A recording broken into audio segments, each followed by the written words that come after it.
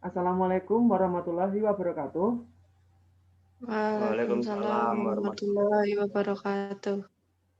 Kami dari kelompok yang beranggotakan Purwaka Nugraha NIM A210160146, Heri Setiawan NIM A210160235, RR Lady Prinsa Devisa R NIM A210160238, Wiwi Novitasari NIM A210160254, Dwi Sumiatin NIM A210160260, dan Tridiana NIM A210160286 akan mempresentasikan hasil diskusi kami tentang implementasi pada kurikulum darurat COVID-19 untuk memenuhi tugas ujian tengah semester mata kuliah kurikulum dan pembelajaran. Baik, langsung saja kita mulai.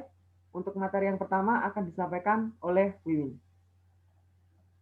Ya, lanjut. Yang pertama, pendahuluan latar belakang dalam Undang-Undang Nomor 20 Tahun 2003 Pasal 1 Ayat 19, Konstitusi mengatakan bahwa kurikulum adalah seperangkat rencana dan pengaturan mengenai tujuan, isi, bahan pembelajaran, serta cara yang digunakan sebagai pedoman penyelenggaraan kegiatan pembelajaran untuk mencapai tujuan pendidikan tertentu.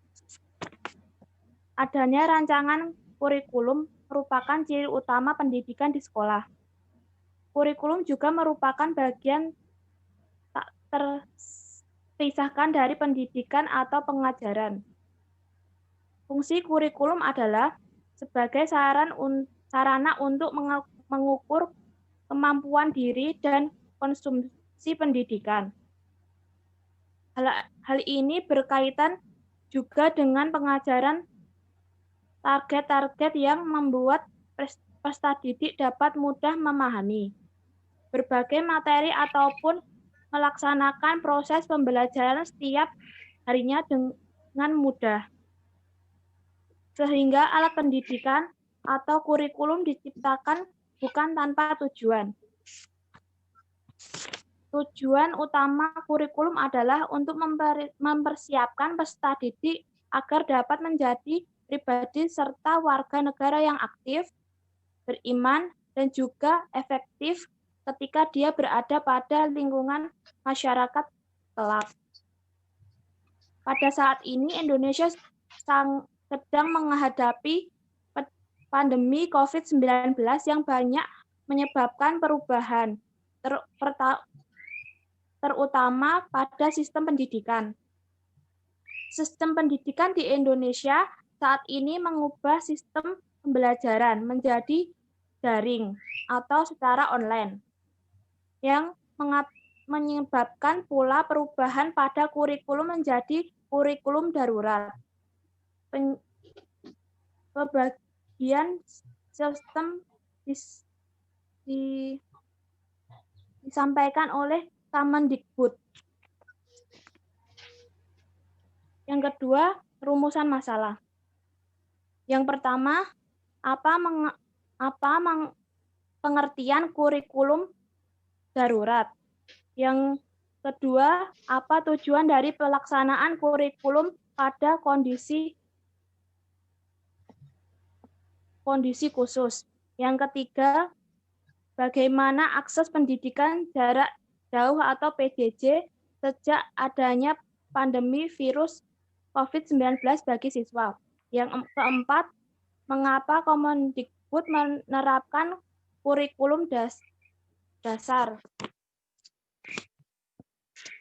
Yang selanjutnya, tujuan makalah. Yang pertama, untuk mengetahui pengertian dalam dan kurikulum darurat. Yang kedua, untuk mengetahui tujuan dan kurikulum darurat. Yang ketiga, untuk mengetahui sistem akses pendidikan jarak jauh era COVID-19. Yang keempat, untuk mengetahui alasan Kemendikbud menerapkan kurikulum darurat. Selanjutnya akan disampaikan oleh teman saya, Mbak Lady, silahkan. Baik, saya akan menjelaskan tentang pengertian kurikulum darurat. Kurikulum darurat merupakan penyederhanaan dari kurikulum nasional. Jadi pada kurikulum darurat ini, Kemendikbud itu mengurangi kompetensi dasar pada setiap mata pelajaran sehingga siswa dan guru dapat lebih fokus kepada materi tertentu, dan hal ini dilakukan karena untuk mempermudah siswa dan guru untuk melakukan kegiatan pembelajaran di suatu kondisi tertentu. Seperti contohnya COVID-19 ini sehingga dapat dilaksanakan secara mudah menggunakan daring atau online. Nah, kurikulum darurat ini dilaksanakan atau mulai ditetapkan sejak tanggal 7 Agustus 2020 di Jakarta dengan nomor 7119-P-2020 tentang pedoman pelaksanaan kurikulum pada satuan pendidikan dalam kondisi khusus. Selanjutnya, saya akan menjelaskan tentang tujuan dari pelaksanaan kurikulum pada kondisi khusus. Pelaksanaan kurikulum pada kondisi khusus bertujuan untuk memberikan fleksibilitas bagi satuan pendidikan untuk menentukan kurikulum yang sesuai dengan kebutuhan pembelajaran peserta didik. Satuan pendidikan pada kondisi khusus dalam pelaksanaan pembelajaran diharapkan dapat tetap mengacu pada kurikulum nasional, menggunakan kurikulum darurat, atau melakukan penyederhanaan kurikulum secara mandiri. Baik, itu yang dapat saya sampaikan. Selanjutnya akan dilanjutkan oleh teman saya, Wiwin.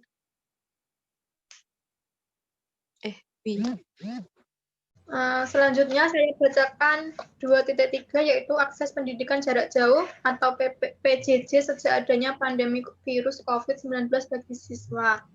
Pembelajaran jarak jauh adalah pembelajaran yang diberikan kepada peserta atau siswa yang tidak berkumpul bersama di satu tempat secara rutin untuk menerima pelajaran secara langsung dari instruktur atau guru. Bahan-bahan dan instruksi-instruksi detail yang bersifat khusus dikirimkan atau disediakan untuk para peserta yang selanjutnya melaksanakan tugas-tugas yang akan dievaluasi oleh instruktur. Karena suatu kondisi yang tidak memungkinkan untuk berkumpul dalam satu titik untuk melakukan pembelajaran jarak jauh meliputi dampak positif dan negatif. Tentunya dampak positif itu dalam pembelajaran jarak jauh yaitu siswa memiliki waktu yang banyak dalam melakukan pembelajaran, sedangkan dampak negatifnya yaitu tidak semua peserta didik memiliki jaringan internet yang memadai. Dari riset belajar jarak jauh, bagi siswa mendapati hanya 40% bagi Indonesia memiliki akses internet. Namun, banyak kelompok siswa yang berasal dari keluarga mapan lebih mudah belajar jarak jauh.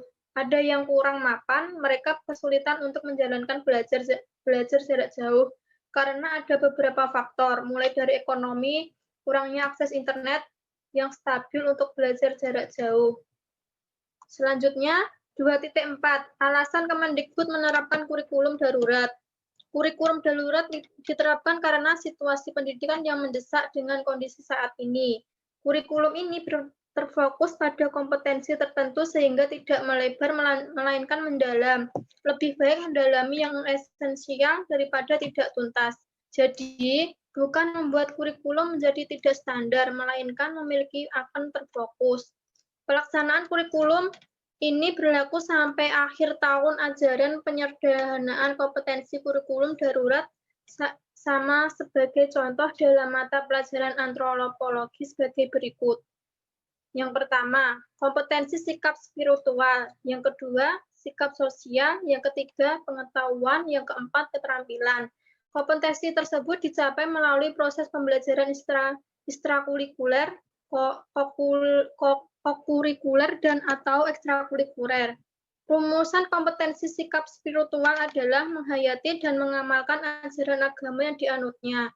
Adapun rumus kompetensi sikap sosial adalah menunjukkan perilaku jujur, disiplin, tanggung jawab, peduli atau gotong royong, kerjasama, toleransi, damai, santun, responsif, dan proaktif sebagai bagian dari solusi atau berbagai permasalahan dalam berinteraksi secara efektif dengan lingkungan sosial dan alam serta menempatkan diri sebagai cerminan bangsa dalam pergaulan dunia. Kedua, kompetensi tersebut dicapai melalui pembelajaran tidak langsung atau indirect teaching, yaitu keteladanan pembiasaan dan budaya sekolah dengan memperhatikan karakteristik mata pelajaran serta kebutuhan dan kondisi siswa. Penumbuhan dan pengembangan kompetensi sikap dilakukan sepanjang proses pembelajaran berlangsung dan dapat digunakan sebagai pertimbangan guru dalam mengembangkan karakter siswa lebih lanjut. Selanjutnya akan dibacakan oleh rekan saya.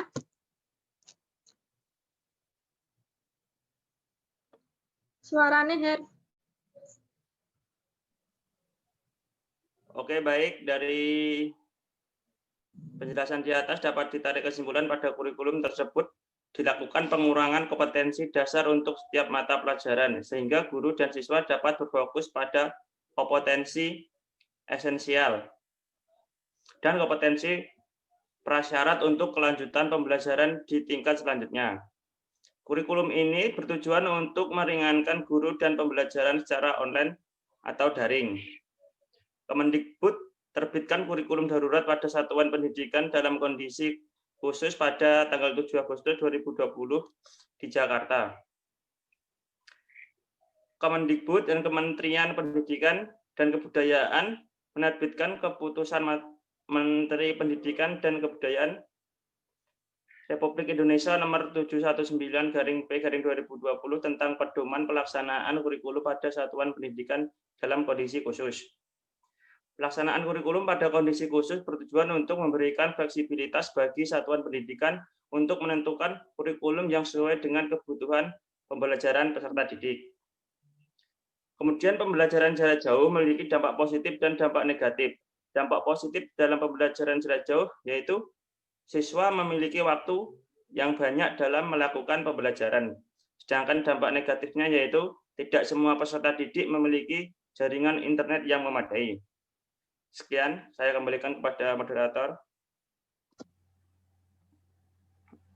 Baik, demikianlah pemaparan hasil diskusi dari kelompok kami tentang implementasi pada kurikulum darurat COVID-19. Semoga bisa menambah referensi dan pengetahuan kita tentang implementasi pada kurikulum darurat COVID-19. Sekian dari kami. Terima kasih. Kurang lebihnya mohon maaf. Wassalamualaikum warahmatullahi wabarakatuh. Waalaikumsalam. Waalaikumsalam warahmatullahi wabarakatuh.